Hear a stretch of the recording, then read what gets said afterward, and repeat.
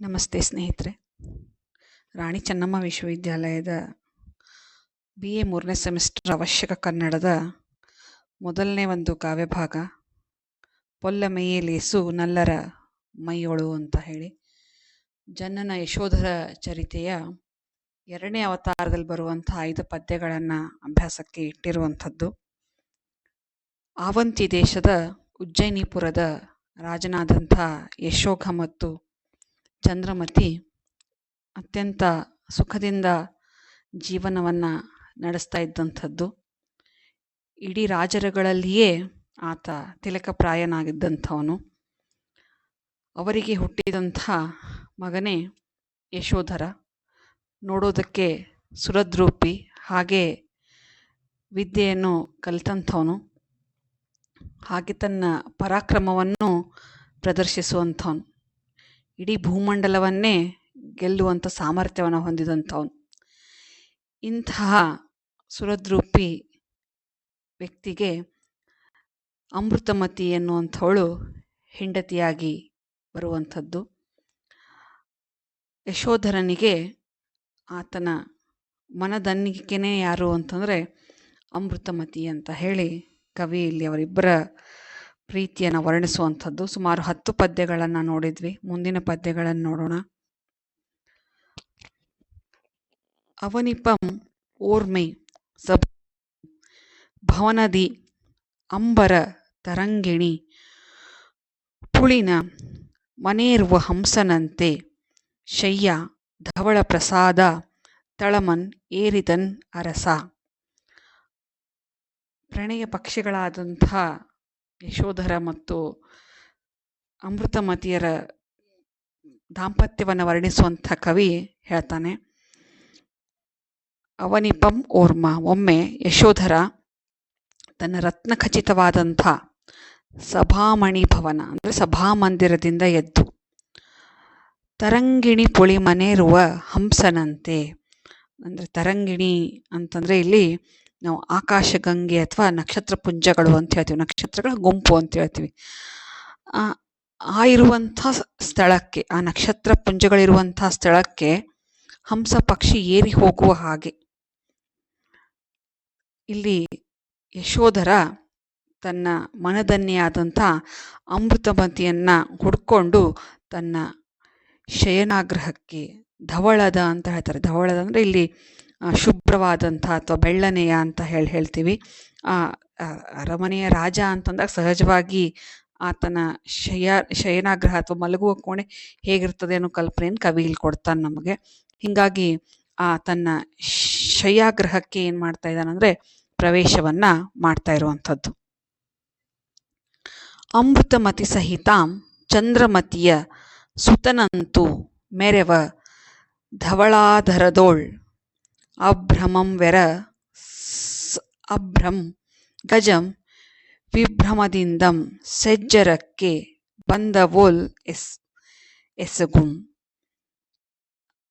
ಸಭಾಮಂಟಪದಿಂದ ತನ್ನ ಶಯಾಗ್ರಹಕ್ಕೆ ಬಂದಂಥ ಸಂದರ್ಭದಲ್ಲಿ ಅಂತ ಅಮೃತಮತಿ ಸಹಿತಾಂ ಚಂದ್ರಮತಿಯ ಸುತನಂತು, ಈ ರೀತಿ ತನ್ನ ಧವಳಾಗಾರ ಅಂದರೆ ಶಯನಾಗ್ರಹ ಅಂತ, ಚಂದ್ರಮತಿಯ ಮಗ ಯಶೋಧರನು ತನ್ನ ಪತ್ನಿಯಾದಂಥ ಅಮೃತಮತಿಯನ್ನು ಸೇರಿದ ಅಂತ ಹೇಳ್ತಾರೆ. ಇಲ್ಲಿ ಕವಿಗಳ ವರ್ಣನೆ ಮಾಡ್ಬೇಕಾದ್ರೆ ಕೆಲವೊಂದು ಸತಿ ನೇರವಾಗಿ ಹೇಳಿದೆ ಅದನ್ನು ಹೇಳುವಂಥ ಚಂದ್ರಮತಿಯ ಸುತ ಅಂದರೆ ಇಲ್ಲಿ ಯಶೋಧರ ಅಂತಾನೆ. ಯಶೋಧರ ತನ್ನ ಪತ್ನಿಯಾದಂಥ ಅಮೃತಮತಿಯನ್ನು ತನ್ನ ಆ ಶಯನಾಗ್ರಹದಲ್ಲಿ ಸೇರಿದ ಅಂತ ಹೇಳಿ. ಧವಳಾಧಾರದೋಳ್, ಧವಳಾಧಾರ ಅಂದರೆ ಶಯನಾಗ್ರಹದಲ್ಲಿ. ಅಭ್ರಮುಂ ವೆರಸ್ ಅಭ್ರಂ ಗಜಂ, ಇಲ್ಲಿ ಅಭ್ರಮುಂ ಅಂದ್ರೆ ಐರಾವತ ಅಂತ, ಇಂದ್ರನ ಐರಾವತ ಅಂತ ಆನೆ ಅಂತ ಹೇಳ್ತೀವಲ್ಲ, ಆ ಆನೆಯ ಪತ್ನಿ ಅಂತ ಹೇಳ್ತಾರೆ. ಆ ಆನೆ ಐರಾವತದ ಪತ್ನಿ ಐರಾವತವನ್ನು ಹೇಗೆ ಕುಡ್ಕೋತದೋ ಹಾಗೆ ಇಲ್ಲಿ ಅಭ್ರಂ ಅಂತಂದರೆ ಐರಾವತ ಆನೆ ತನ್ನ ಪತ್ನಿ ಆದಂಥ ಐರಾವತ್ ಪತ್ನಿಯನ್ನು ಹೇಗೆ ಕುಡ್ಕೋತದೋ ಹಾಗೆ ಇಲ್ಲಿ ಯಶೋಧರ ತನ್ನ ಪತ್ನಿಯಾದಂಥ ಅಮೃತಮತಿಯನ್ನು ಬಹು ಸಂಭ್ರಮದಿಂದ ಅಲ್ಲಿ ಸೇರಿದ ಅಂತ. ಆ ಇಬ್ಬರು ದಂಪತಿಗಳು ತಮ್ಮ ಶಯಾಗ್ರಹದಲ್ಲಿ ಆ ಥರ ಕಂಡುಬಂದ್ರು. ಒಂದು ಗಂಡಾನೆ ತನ್ನ ಹೆಣ್ಣಾನೆಯನ್ನು ಸೇರೋ ರೀತಿ ಅನ್ನುವಂಥ ವರ್ಣನೆಯನ್ನು ಇಲ್ಲಿ ಕವಿ ಕೊಡ್ತಾನೆ. ತನು ಸೊಂಕಾಲಿಂಗನ ಚುಂಬನದೆ ಸುರತದಿಂ ಸವಿತರ ಪ್ರೌಢಿನ ತನುವಮ್ಮರೈಸಿ ಅರಿಯದೆ ಮನೋಜನಾಡಿಸುವ ಜಂತ್ರದಂತಿರೆ ನೆರೆದರ್. ಅವರಿಬ್ಬರ ಪ್ರಣಯವನ್ನು ಕವಿಯಲ್ಲಿ ವರ್ಣಿಸುವಂಥದ್ದು ಯಶೋಧರ ಮತ್ತು ಅಮೃತಮತಿಯ. ತನು ಸೊಂಕಾಲಿಂಗನ, ತನು ಅಂದರೆ ದೇಹ ಅಂತ, ಸೊಂಕು ಅಂದರೆ ಸ್ಪರ್ಶ, ಒಬ್ಬರ ದೇಹ ಇನ್ನೊಬ್ಬರನ್ನ ಸ್ಪರ್ಶಿಸಿತು ಅಂತ. ಹಾಗೆ ಪರಸ್ಪರ ಆಲಿಂಗನವನ್ನ ಮಾಡಿದ್ರು ಅಂತ. ಅದ್ರ ಜೊತೆಗೆ ಚುಂಬನದೆ ಸುರತದಿಂ, ಅದೇ ರೀತಿ ಒಬ್ರಿಗೊಬ್ರು ಚುಂಬಿಸಿದ್ರು ಅಂತ ಹೇಳ್ತಾರೆ. ಇವರಿಬ್ಬರ ಈ ಪ್ರಣಯ ಹೇಗಿತ್ತು ಅನ್ನೋದನ್ನು ಕವಿ ವರ್ಣಿಸ್ತಾನೆ. ಸವಿತರ ಪ್ರೌಢಿಮ, ಹೆಂಗಂದ್ರೆ ಇವರಿಬ್ಬರ ಪ್ರಣಯ ಏನು ಅಂತಂದ್ರೆ ಪ್ರೌಢಮೆಯಿಂದ ಕೂಡಿತ್ತು ಅಂತ. ಹಾಗೆ ತನುವಮ್ಮರೆಯಿಸಿ ಅರಿಯದೆ, ಇವರಿಬ್ರು ಮಾತನಾಡುವಂಥದ್ದು ಕೂಡ ಸವಿತರ ಪ್ರೌಢಿನ, ಇವರು ಮಾತನಾಡುವಂಥ ಇಬ್ಬರು ಮಾತುಗಳು ಒಬ್ಬರಿಗೊಬ್ರು ಏನು ಅಂದರೆ ಸವಿಯಾಗಿ ಕೇಳತೊಡಗಿತ್ತು ಅಂತ. ಪ್ರೀತಿಯಲ್ಲಿ ಪ್ರಣಯದಲ್ಲಿರಬೇಕಾದ್ರೆ ಈ ರೀತಿ ಮಾತುಗಳು ಒಬ್ರೊಬ್ರಿಗೆ ಇಷ್ಟ ಆಗುವಂಥದ್ದು ಪತಿ ಪತ್ನಿಯರಲ್ಲಿ. ಆ ಥರ ಕವಿ ಇಲ್ಲಿ ವರ್ಣಿಸ್ತಾನೆ. ಪ್ರೌಢಿನ ಅಂತಂದರೆ ಇವರ ಪ್ರಣಯ ಸಮಾಗಮ ಏನು ಅಂದರೆ ಪ್ರೌಢವಾಗಿ ಇಬ್ಬರು ಕೂಡ ಏನು ಅಂದರೆ ತನುವಮ್ಮರೆಯಿಸಿ, ಇಬ್ಬರು ಮೈಮರ್ತಿದ್ರು ಅನ್ನುವಂಥದ್ದನ್ನು ಹೇಳ್ತಾನೆ. ಅರಿಯದೆ ಮನೋಜನ್ನಾಡಿಸುವ ಜಂತ್ರದಂತಿರೆ ನೆರೆದರ್. ಇಲ್ಲಿ ಮನೋಜ ಅಂದರೆ ಮನ್ಮಥ. ಇವರಿಬ್ಬರು ಹೇಗೆ ಇದ್ರು ಅಂತಂದರೆ ಮನ್ಮಥ ಕುಣಿಸುವ ಯಂತ್ರದಂತೆ, ಜಂತ್ರ ತತ್ಸಮ ತದ್ಭವ ಯಂತ್ರ ಅಂತ, ಯಂತ್ರದಂತೆ ಇಬ್ಬರು ಏನು ಅಂದರೆ ಆ ಪ್ರಣಯದಲ್ಲಿ ಒಂದಾಗಿದ್ರು ಅನ್ನುವಂಥದ್ದನ್ನ ವರ್ಣಿಸ್ತಾನೆ ಕವಿ. ಹೃದಯ ಪ್ರಿಯರಂ ತೊರಗಿದ ಪದದೋಳ್ ಗರಟಿಕೆಯ ಜಾವದ ಉಕ್ಕಡದಲ್ಲಿಯೂ ಮಗ್ಗಿದ ಮೊತ್ತು ಸುಳ್ಗೆ ಕರುಮಾಡದ ಪಕ್ಕದೊಳಿರ್ದ ಪಟ್ಟದಾನೆಯಂ ಬದಗಂ. ಈ ರೀತಿ ಪ್ರಣಯದಲ್ಲಿ ತೊಡಗಿದಂತಹ ಸಂದರ್ಭದಲ್ಲಿ ಹೃದಯ ಪ್ರಿಯರಾದಂಥ ಯಶೋಧರ ಮತ್ತು ಅಮೃತಮತಿ ಇಬ್ಬರು ಏನು ಅಂದರೆ ಹೊರಗಿದರು ಅಂದರೆ ಮಲಗಿದಂಥ ಸಮಯದಲ್ಲಿ ಅಂತ. ಪದದೋಳ್ ಗರಟೆಗೆಯ ಜಾವ ಉಕ್ಕಡದಲ್ಲಿ ಮಗ್ಗಿದ ಮೊತ್ತು ಸೂಳ್ಗೆ ಅಂದರೆ ಬೆಳಗಿನ ಜಾವದಲ್ಲಿ, ಇಲ್ಲಿ ಗರಟಿಗೆ ಅಂದರೆ ಕಾವಲುಗಾರರು ಅಂತ, ಅಲ್ಲಿ ಇದ್ದಂಥ ಕಾವಲುಗಾರರು ಕೂಡ ಜಾವ ಉಕ್ಕಡದಲ್ಲಿ, ಜಾವ ಅಂದರೆ ಸುಮಾರು 3 ಗಂಟೆ ಸಮಯ ಅಂತ ಹೇಳ್ತಾರೆ, ಬೆಳಿಗ್ಗೆ 3 ಗಂಟೆ ಸಮಯ ಅಂತ, 2 ರಿಂದ 3 ಗಂಟೆ ಸಮಯ ಅಂತ. ಉಕ್ಕಡಗಳಲ್ಲಿ ಅಂದರೆ ಅರಮನೆ ಸುತ್ತಮುತ್ತಲು ಇರುವಂಥ ಸೈನಿಕರು ಕೂಡ ಅವರು ಸುತ್ತಾಡುವುದು ಕೂಡ ಏನು ಅಂತಂದರೆ ಅಲ್ಲಿ ಸದ್ದು ಕಡಿಮೆ ಆಗಿತ್ತು ಅಂತ, ಅಡಗಿ ಹೋಗಿತ್ತು ಅಂತ. ಅಂಥ ಸಂದರ್ಭದಲ್ಲಿ ಕರುಮಾಡದ ಪಕ್ಕದೊಳಿರ್ದ ಪಟ್ಟದಾನೆಯ ಬದಗಂ, ಅದೇ ಸಂದರ್ಭದಲ್ಲಿ ಅರಮನೆ ಪಕ್ಕದಲ್ಲಿರುವಂತಹ ಪಟ್ಟದಾನೆಯ ಬದಗ ಅಂತಂದರೆ ಇಲ್ಲಿ ಮಾವುತ ಅಂತ. ಪಟ್ಟದಾನೆಯ ಅಂದರೆ ಪಟ್ಟದಾನೆಯನ್ನು ಅರಮನೆ ಪಕ್ಕದಲ್ಲಿ ನಿಲ್ಲಿಸಿದ್ರು, ಅದನ್ನು ಕಾಯಲಿಕ್ಕೆ ಅದನ್ನು ನೋಡ್ಕೊಳ್ಳೋಕ್ಕೆ ಮಾವುತರನ್ನು ನೇಮಕ ಮಾಡ್ತಾ ಇದ್ರು. ಅದೇ ಥರ ಏನು ಅಂತಂದರೆ ಅಲ್ಲಿ ಪಟ್ಟದಾನೆಯನ್ನು ನೋಡ್ಕೊಳ್ಳೋದಕ್ಕೆ ಮಾವುತ ಒಬ್ಬ ತನ್ನ ಸರದಿ ಬಂದಾಗ ಕಾವಲು ಮಾಡ್ಕೊಂಡು ಏನು ಮಾಡ್ತಾ ಇದ್ದ ಅಂದರೆ ಆತ ಸಂತೋಷಕ್ಕಾಗಿ ಅಲ್ಲಿ ಏನು ಮಾಡ್ತಾ ಇದ್ದ, ಹಾಡ್ತಾ ಇದ್ದ ಅಂತ. ಬಿನದಕ್ಕೆ ಪಾಡುತ್ತಿರೆ ನೂಂದನಿ ನಿದ್ರೆಗೆ ಕಥಬೀಜಂ ಆಯ್ತನೆ ಮೃಗಲೋಚನೆ ತಿಳಿದಾಲಿಸಿ ಮುಟ್ಟಿದ ಮದಮನೆ ತೊಟ್ಟನೆ ಪಸಾಯದಾನಂ ಗೊಟ್ಟಳ್. ಅರಮನೆಯಲ್ಲಿ ಯಶೋಧರ ಮತ್ತು ಆತನ ಪತ್ನಿ ಅಮೃತಮತಿ ನಿದ್ದೆಗೆ ಜಾರಿದಂಥ ಸಂದರ್ಭದಲ್ಲಿ ಈ ಕಡೆ ಮಾವುತ ಪಟ್ಟದಾನೆಯನ್ನು ನೋಡ್ಕೊಳ್ಳುವಂಥ ತನ್ನ ಸರದಿ ಬಂದಾಗ ಬಿನದಕ್ಕಾಗಿ ಅಂದರೆ ಹೊತ್ತುಕೊಳೆಯೋದಕ್ಕೆ, ವಿನೋದಕ್ಕಾಗಿ ಪಾಡುತ್ತಿರೆ ಆತ ಹಾಡ್ತಾ ಇದ್ದ, ಯಾರೋ ಮಾವುತ. ನುಣ್ಣನಿದ್ರೆಗೆ ಕತಕ ಬೀಜಂ ಆಯ್ತೆ ಮೃಗಲೋಚನೆ, ಮಾವುತ ವಿನೋದಕ್ಕಾಗಿ ಇಂಪಾದ ಧ್ವನಿಯಲ್ಲಿ ಹಾಡ್ತಾ ಇರಬೇಕಾದ್ರೆ ಆತನ ಮಧುರವಾದ ಧ್ವನಿ ಅಮೃತಮತಿ, ಇಲ್ಲಿ ಮೃಗಲೋಚನೆ ಅಂದರೆ ಅಮೃತಮತಿ ಅಂತ. ಅಮೃತಮತಿಯ ಕತಕ ಬೀಜದಂತೆ ಆಕೆ ನಿದ್ದೆಯನ್ನ ಏನ್ ಮಾಡ್ತು ಅಂದ್ರೆ ಇಲ್ಲಿ ತಿಳಿಗೊಳಿಸ್ತು ಅಂತ. ಕತಕ ಬೀಜ ಅಂತಂದ್ರೆ ಇದು ಒಂದು ಮರದ ಬೀಜ. ಇದು ಈ ಬೀಜವನ್ನು ಹಾಕಿದಾಗ ನೀರು ತಿಳಿಗೊಳ್ತದೆ ಅಂತ ಹೇಳ್ತಾರೆ.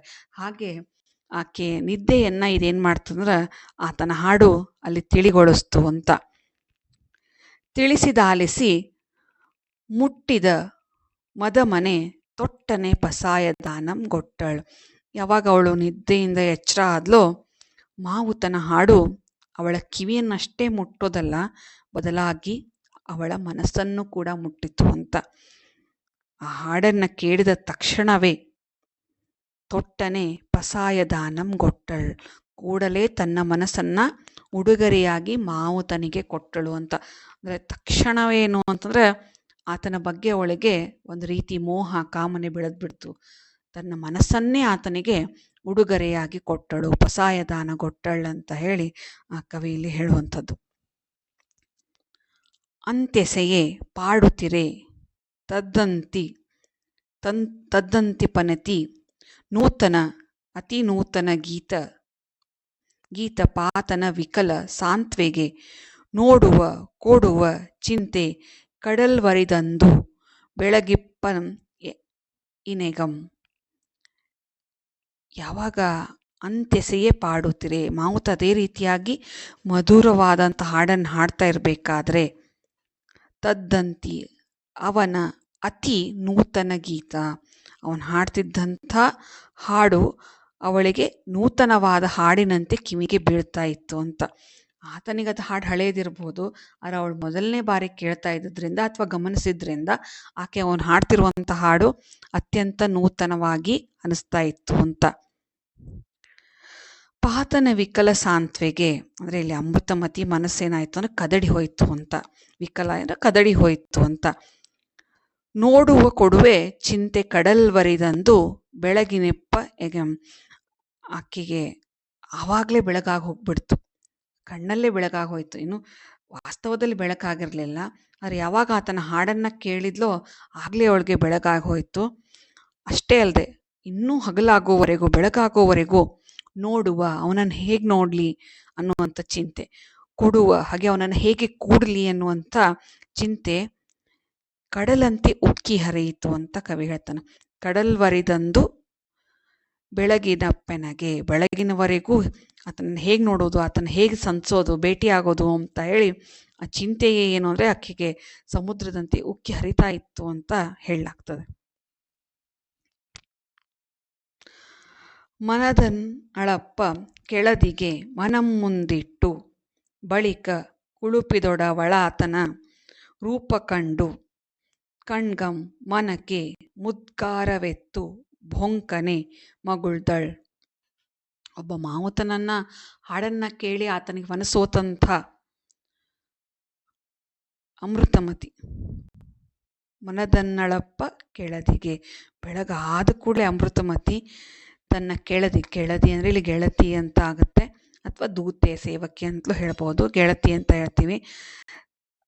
ತನ್ನ ಮನದ ಅಳವನ್ನ ಅಂದರೆ ತನ್ನ ಮನದಲ್ಲಿರುವಂಥದ್ದನ್ನ, ತನ್ನ ಅಂತರಂಗದ ಬಯಕೆನ ಮನಂ ಮುಂದಿಟ್ಟು ಆ ಗೆಳತಿಯ ಮುಂದೆ ತನ್ನ ಅಂತರಂಗದ ಬಯಕೆಯನ್ನ ತಿಳಿಸಿ ಬಳಿಕ ಕುಳುಪಿದೊಡಳ ಅವಳು ಆತನ ರೂಪ ಕಂಡು, ಏನು ಅಂತಂದ್ರೆ ಆ ಗೆಳತಿಯನ್ನ ಮಾವುತನ ಬಳಿಗೆ ಕಳ್ಸ್ತಾಳೆ. ರಾತ್ರಿ ಹಾಡಿದಂಥ ಮಾವುತನ ಬಳಿಗೆ ಆತ ಹೇಗಿದ್ದಾನೆ ನೋಡ್ಕೊಂಡ್ ಬಾ, ಆತ ಯಾರು ಅನ್ನೋದನ್ನ ನೋಡ್ಕೊಂಡ್ ಬಾ ಅಂತ ಆ ಕೆಳದಿಗೆ ತನ್ನ ಅಂತರಂಗದ ಬಯಕೆಯನ್ನ ತಿಳಿಸಿ ಕಳಿಸುವಂಥದ್ದು. ಆ ಗೆಳತಿ ಅಥವಾ ಕೆಳದಿ ಆತನ ರೂಪವನ್ನ ಕಂಡು ಕಣ್ಗಂ ಮನಕ್ಕೆ ಮುದ್ಗಾರವೆತ್ತು ಭೊಂಕನೆ ಮಗುಳ್ದಳು. ಒಡತಿ ಅಪ್ಪಣೆ ಹಾಗೆ ಅವಳು ಮಾವುತನ ಬಳಿಗೆ ಹೋದ್ಲು. ದೂರದಿಂದಲೇ ಅವನನ್ನು ಕಂಡು ಅವನನ್ನು ನೋಡಿದ್ದೇ ತಡ ಅವಳ ಕಣ್ಣಿಗೂ ಮನಸ್ಸಿಗೂ ಒಂದು ರೀತಿ ಮುದ್ಗಾರವೆತ್ತು ಅಂದ್ರೆ ವಾಕರಿಕೆ ಉಂಟಾಯಿತು ಅಂತ. ಅವಳಿಗೆ ಅಲ್ಲಿ ನಿಲ್ಲೋದಕ್ಕೂ ಸಾಧ್ಯ ಆಗದೆ ಕೂಡಲೇ ಭೊಂಕನೆ ಕೂಡಲೇ ಅಂತ, ಮಗುಳ್ದಳು ಅಂದ್ರೆ ಹಿಂತಿರುಗಿದ್ಲು ಅಂತ. ಅಮೃತಮತಿಯತ್ತ ರೂಪಾಧಮನ ಅಷ್ಟಾವಂಕನೆತ್ತ ಚಿತ್ರಮಂ ಪಾತ್ರೆ ರಮತೆ ನಾರಿ ಎಂಬುದು ಸಮನಿಸುವುದು ಬೆಂದ ಬೀದಿಗೆ ಕಣ್ಣಿಲ್ಲಕ್ಕೂ. ಯಾವಾಗ ಗೆಳತಿ ಹೋಗಿ ಆ ಮಾವುತನನ್ನು ನೋಡ್ತಾಳೋ ಒಂದು ಕ್ಷಣ ಆಕೆ ಅಲ್ಲಿ ಒಂದು ರೀತಿ ಕಳವಳಕ್ಕೆ ಒಳಗಾಗ್ತಾಳೆ. ಒಂದು ಕ್ಷಣ ವಿಚಾರ ಮಾಡ್ತಾ ಅಮೃತಮತಿ ಯುತವಾದಂಥ ಅಮೃತಮತಿಯಲ್ಲಿ ರೂಪ ಅಧಮನಾದಂಥ, ಅಧಮ ಅಂದರೆ ಕನಿಷ್ಠ, ರೂಪದಲ್ಲಿ ಕನಿಷ್ಠನಾದಂಥ ಅಷ್ಟಾವಂಕನಲ್ಲಿ. ಆ ಮಾವುತನ ಹೆಸರೇನು ಅಂದರೆ ಅಷ್ಟಾವಂಕ ಅಂತ. ಅದಕ್ಕೆ ಅವಳು ಒಂದು ಗಾದೆನ ಹೇಳ್ತಾಳೆ, ಒಂದು ಮಾತನ್ನು ಹೇಳ್ತಾಳೆ, ಚಿತ್ರಂ ಪಾತ್ರೆ ರಮತೆ ನಾರಿ. ಅಂದರೆ ಆಕೆಗೆ ಆಶ್ಚರ್ಯ ಏನು ಅಂದ್ರೆ ಹೆಂಗಸು ಕೂಡ ಅಯೋಗ್ಯರೊಡನೆ ರಮಿಸುತ್ತಾಳೆ. ನನಗೆ ಇಷ್ಟಪಟ್ಟಂಥ ವ್ಯಕ್ತಿ ಅಯೋಗ್ಯ ಇದ್ರೂ ಕೂಡ ಹೆಣ್ಣು ಆತನೊಂದಿಗೆ ಸಂಬಂಧವನ್ನು ಬೆಳೆಸ್ತಾಳೆ ಅಂತ ಅನ್ನೋ ಮಾತು ಈಗ ನಿಜ ಆಯ್ತಲ್ಲ ಅಂತ ಆ ಗೆಳತಿ ಅನ್ಕೋತಾ ಇದ್ದಾಳೆ. ಸಮನಿಸಿದ್ರು, ಈಗ ಅದು ಸಂಭವಿಸ್ಲಾ, ನಾನು ಬರೀ ಮಾತು ಕೇಳಿದ್ದೇ ಇದನ್ನು, ಆದರೆ ಅದು ನಿಜವಾಗ್ತಾ ಇಲ್ಲ ಅಂತ ಆ ಗೆಳತಿ ಅನ್ಕೋತಾ ಇದ್ದಾಳೆ. ನಿಜವಾಗ್ಲೂ ಆ ವಿಧಿಗೆ ಕಣ್ಣಿಲ್ಲ ಅಂತ ಹೇಳ್ತಾ ಇರುವಂಥದ್ದು.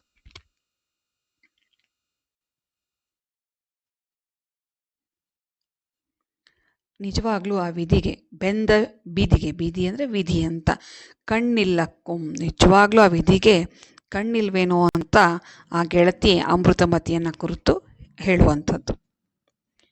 ಏನು ತುಂ ಬಂದು ವಿಷಾಣ್ಣ ನೆನೆಯಂ ಮಾರ್ಗಾವಲಗ್ನ ನೇತ್ರೆ ನೇತ್ರೇನುಚ್ಛ್ವಾಸ ನಿತ್ತ ತಪ್ತ ಅಧರ ರುಚಿಯಂ ಮನುಜೇಂದ್ರಾಂಗನೆ ಅಂಗನೆಯನ್ನೈದಿ ಕಂಡಿತ್ ಎಂದಳ್. ಎನ್ನುತ್ತಂ ಬಂದು ಹೀಗೆ ಯೋಚನೆ ಮಾಡ್ತಾ ಗೆಳತಿ ವಾಪಸ್ ಎಲ್ಲಿಗೆ ಬಂದ್ಲು ಅಂದ್ರೆ ಅಮೃತಮತಿ ಕಡೆಗೆ ಬರ್ತಾ ಇದ್ದಾಳೆ. ಮನುಜೇಂದ್ರನ ಅಂಗನೆ ಅಂದ್ರೆ ರಾಜೇಂದ್ರನ ಅಂದ್ರೆ ಯಶೋಧರನ ಪತ್ನಿಯಾದಂಥ ಅಮೃತಮತಿ ಹೇಗೆ ಕಾಣ್ತಾ ಇದ್ದಾಳೆ ಅಂದರೆ ಮುಖವನ್ನು ಬಾಡಿಸಿಕೊಂಡು ತನ್ನ ಕಣ್ಣುಗಳನ್ನು ಎಲ್ಲಿ ನೆಟ್ಟಿದ್ದಾಳೆ ಅಂದರೆ ಗೆಳತಿ ಯಾವಾಗ ಬರ್ತಾಳೆ. ನೆನೆಯಂ ಮಾರ್ಗಾವಲಗ್ನ ನೇತ್ರೇನು ಅಂದರೆ ಗೆಳತಿ ಯಾವಾಗ ಬರ್ತಾಳ ಅಂತ ಆಕೆ ಬರುವ ದಾರಿಯನ್ನೇ ಕಣ್ಣಿಟ್ಕೊಂಡು ಏನು ಮಾಡ್ತಾ ಇದ್ದ ಅಂದರೆ ನೋಡ್ತಾ ಇದ್ದಾಳ ಅಂತ. ಅಷ್ಟೇ ಅಲ್ಲ, ಸನಿತಪ್ತ ಅದರ ರುಚಿಯಂ ಏನು ಅಂತಂದರೆ ಅವಳು ಬಿಡುವಂಥ ಬಿಸಿ ಉಸಿರು, ಉಚ್ಛ್ವಾಸ ಅಂದ್ರೆ ಏನು ಉಸಿರು ಅಂತ, ಅದು ತಾಗಿ ಅವಳ ಸಹಜವಾದ ತುಟಿಯ ಬಣ್ಣ, ಕೆಂಪು ಬಣ್ಣ ಅದು ಕಳೆದು ಹೋಗಿದೆ ಅಂತ. ಅಂದರೆ ಆ ಗೆಳತಿ ಬರುವ ತವಕದಲ್ಲಿ ಏನು ಅಂತಂದರೆ ಅವಳು ನಿಟ್ಟುಸಿರು ಬಿಡ್ತಾ ಆತನ ಬಗ್ಗೆ ಏನು ಹೇಳ್ತಾಳೋ ಏನೋ ಅಂತ ನಿಟ್ಟುಸಿರು ಬಿಡ್ತಾ ಏನು ಅಂದರೆ ಅವಳು ಸಹಜವಾದಂಥ ಕೆಂಪು ತುಟಿಯ ಬಣ್ಣ ಏನು ಅಂದರೆ ಅಲ್ಲಿ ಕಳೆದು ಹೋಗಿದೆ ಅಂತ. ಹೇಗೋ ಆ ಅಮೃತಮತಿಯ ಸಮೀಪ ಬಂದಂಥ ಆ ಗೆಳತಿ ಅಥವಾ ಕೆಳದಿ ಅವಳಿಗೆ ಈ ರೀತಿ ಹೇಳ್ತಾಳೆ, ಕಂತುವಿನ ಕೈಯ ಕೂರಿಸಿ ಅಂತಿರೆ ಗರಗರಿಕೆ ಒಡೆದು ಪೊಳೆವಸಿಯಳೆ ನೀನಿಂತಪ್ಪ ದೇವಂ ಅಂತ್ಯಂತ ಆಯ್ದರಸಿ ಎಂದ ಆನರಿಯೇ. ಅಮೃತಮತಿಯನ್ನು ನೋಡಿ ಆ ಗೆಳತಿ ಅಥವಾ ಕೆಳದಿ ಹೇಳ್ತಾಳೆ, ಕಂತುವಿನ ಕೈಯ ಕೂರಿಸಿ. ಅಂದರೆ ಕಂತು ಅಂದರೆ ಇಲ್ಲಿ ಮನ್ಮಥ ಅಥವಾ ಕಾಮ ಅಂತೇಳಿ, ಕೈ ಒಳಗಿರುವಂಥ ಕೂರಸಿ ಅಂದರೆ ಖಡ್ಗ, ಕತ್ತಿ ಅಂತ. ಎಂತಿರೆ ಗರಗರಿಕೆ ಒಡೆದು ಪೊಳೆವಳಿಸಿಯೇ, ನೀನು ಹೆಂಗಿದೀಯಾ ಅಂದರೆ ಕಾಮನ ಕೈಯಲ್ಲಿರುವಂಥ ಖಡ್ಗದ ತುದಿಯಂತೆ ಅಷ್ಟು ಸುಂದರವಾದಂಥ ಚಲುವನ್ನು ನೀನು ಪಡೆದಂಥ ತನುಗಾತ್ರಿ ನೀನು. ಆದರೆ ನಿನಗೆ ಇಂತಪ್ಪ ಕಾಮದೇವಂ ಅಂತೆ ಎಂತಾರಿಸಿ ಕೂರ್ತೆಯೆಂದ ನಾನರಿಯೇ. ಆದರೆ ನಿನಗೆ ಈ ಕಾಮದೇವನಂತಹ ಮಾವುತ ಹೇಗಿಷ್ಟ ಆದ, ಕೂರ್ತೆ ಅಂದರೆ ಇಷ್ಟ ಅಂತ ನನಗೆ ಗೊತ್ತಾಗಲಿಲ್ಲ ಅಂತ. ಅಂದರೆ ಇವಳೆ ಹೇಳ್ತಿರೋದ ರೀತಿ, ಗೆಳತಿ ಹೇಳ್ತಿರೋ ರೀತಿ ಅಂದರೆ ಅವನು ಕಾಮದೇವನಂಗೆ ಅಂದರೆ ಸುರದ್ರೂಪಿ ಅಂತ ಅರ್ಥ ಅಲ್ಲ. ಬದಲಾಗಿ ಏನು ಅಂತಂದರೆ ಅವನು ನೋಡೋದಕ್ಕೆ ರೂಪದಲ್ಲಿ ಬಹಳಷ್ಟು ಕನಿಷ್ಠನಾಗಿದ್ದ ಅಂತ. ನಿನ್ನಂಥ ಸೌಂದರ್ಯವತಿ ಇಂಥ ಕಾಮದೇವನನ್ನು ಹೆಂಗೆ ಸೆಲೆಕ್ಟ್ ಮಾಡ್ಕೊಂಡು ಹೆಂಗೆ ಅರಸ್ಕೊಂಡಿ ಅನ್ನುವಂಥ ಒಂದು ರೀತಿ ವ್ಯಂಗ್ಯದ ರೀತಿಯಲ್ಲಿ ಏನು ಮಾಡ್ತಾ ಇದ್ದಾಳಂದರೆ ಆ ಗೆಳತಿ ಅಮೃತಮತಿಯನ್ನು ಏನು ಮಾಡ್ತಾ ಇದ್ದಾಳಂದರೆ ಕೇಳ್ತಾ ಇದ್ದಾಳೆ ಅಂತ. ಮತ್ತಿನ್ನಷ್ಟು ಮುಂದಿನ ಪದ್ಯಗಳನ್ನು ಮತ್ತೆ ನಾನು ಮುಂದಿನ ತರಗತಿಯಲ್ಲಿ ಹೇಳ್ತೀನಿ. ಧನ್ಯವಾದಗಳು.